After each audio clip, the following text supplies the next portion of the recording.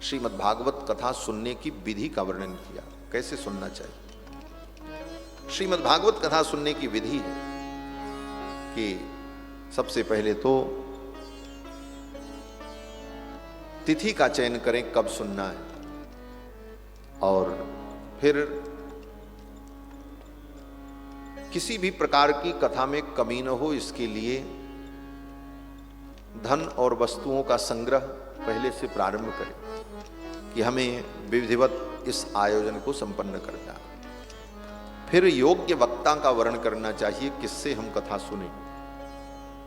वक्ता कैसा हो तो कहते हैं विरक्तो वैष्णवो विप्रो, विरक्त हो, वैष्णव हो, ब्राह्मण हो, और वेद शास्त्र विशुद्ध कृत, जिसने वेद शास्त्र को विशुद्ध रूप से पढ़ा हो, जिसने वेद वेदांत उपनिषद गीता इन वैदिक धर्म ग्रंथों को पढ़ करके समझा हो, ऐसे व्यक्ति के द्वारा कथा श्रवण करनी चाहिए।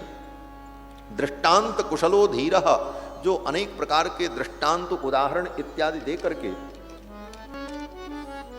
कथा को स्पष्ट कर सके, ऐसे व्यक्ति के द्वारा कथा श्रवण करनी चाहिए। और 5 ब्राह्मणों का वर्ण करना चाहिए कम से कम।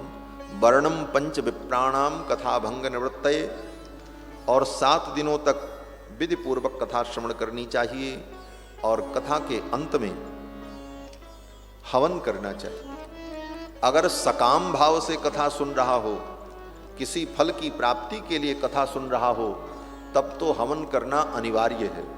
और अगर निष्काम भाव से भगवान के चरणों की प्रीति प्राप्त करने के लिए कथा सुन रहा हो, कथा सुनने का उद्देश्य केवल ये हो कि मुझे भगवान की कथा सुननी है, भगवान के चरणों में प्रेम है इसलिए कथा सुननी है, इतना मात्र अगर उद्देश्य है तो फिर हवन करने की जरूरत नहीं होती। गीता पाठ और विष्णु सहस्रनाम का पाठ कर लेना चाहिए।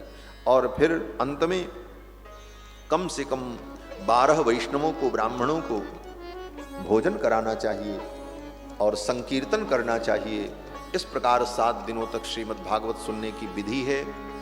ये वैधानिक कथा है, विधि पूर्वक की जाने वाली कथा है, और ऐसे भगवान की कथा का कोई नियम नहीं है। चाहे जब आप कथा सुनो, दिनानाम नियमो नास्ति सर्वदा श्रवणम मतम, कहते हैं दिनानाम नियमो नास्ति, भागवत की कथा सुनने के दिन के कोई नियम नहीं है।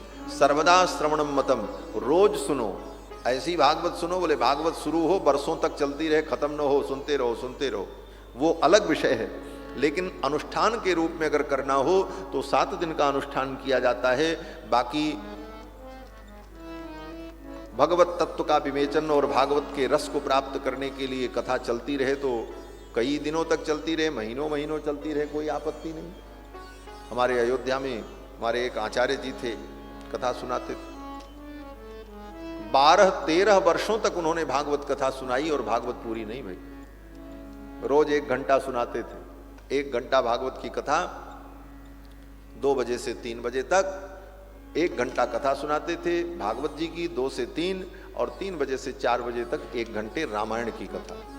नियम था उनका, 1 घंटे भागवत 1 घंटे रामायण सुनाते थे। 12 वर्ष बीत गए, 13 वर्ष, न रामायण पूरी भई न भागवत पूरी भई। थोड़ी थोड़ी चर्चा होती थी, 1 चौपाई 1 श्लोक की चर्चा शुरू हो, उसी में घंटा भर बीत जाता था, और इतनी गंभीर चर्चा। तो ये सत्संग के रूप में कथा हो तो इसका कोई समय निर्धारित नहीं है, जितने दिन तक सुनते रहो, इसका आनंद अपूर्व है, अद्भुत। लोग कहते थे महाराज जी इस तरह से आप कथा सुनाओगे तो ये तो कथा 12 वर्ष तो हो गए, जिंदगी में पूरी नहीं होगी। तो महाराज श्री कहते थे कि मैं चाहता हूं कि ये कथा कभी पूरी न हो। बोले क्यों?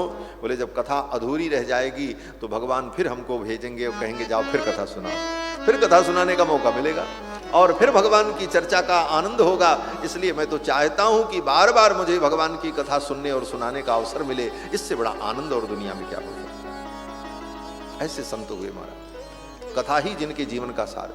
हमारे पूज्य स्वामी जी महाराज, अयोध्यानाथ मंदिर स्वामी जी महाराज, एक बार हम लोगों ने निवेदन किया, स्वामी जी आप वाल्मीकि रामायण की कथा सुनाओ। तो बोले वाल्मीकि रामायण सुनाएंगे लेकिन अयोध्या से कहीं बाहर जाना नहीं होगा। तो नियम बनाया कि फिर बाहर नहीं जाएंगे, और 19 महीने तक लगातार रोज 3 घंटे प्रवचन उनका होता था। 2.5 घंटे 3 घंटे रोज प्रवचन करते थे वाल्मीकि रामायण के ऊपर, और 19 महीने तक उन्होंने कथा सुनाई, तब जाकर के रामायण पूरी हुई। 19 महीने, सोचो, ये तो इतना है महाराज। हरि अनंत हरि कथा अनंता, कहीं सुनहि बहुविधि सब संता। ये तो भगवान की कथा अनंत है, सुनते जाओ, कभी इसका अंत होने वाला नहीं। कथा भगवान की अनंत है। इस प्रकार सनकादिकों ने कथा की महिमा का वर्णन किया, और फिर कथा के अंत में संकीर्तन हुआ।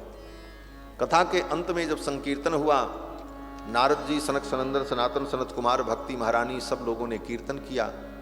कहाँ? बोले गंगा द्वार में, हरिद्वार में कथा चल रही थी। उस कीर्तन में प्रहलाद जी आ गए, भगवान शंकर आए, ब्रह्मा आए, इंद्र आए, अर्जुन आए, उद्धव जी आ गए, सुखदेव जी आ गए, बड़े बड़े महान भक्त एकत्रित हो गए। और ऐसा कीर्तन हुआ, अद्भुत कीर्तन हुआ। प्रहलादस्तालधारी, प्रहलाद जी करताल बजाने लगे।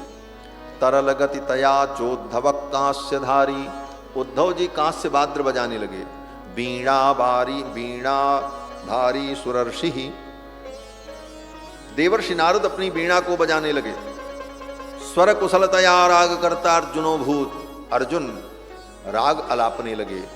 इंद्रो वादीन मृदंगम, देवराज इंद्र मृदंग बजाने लगे।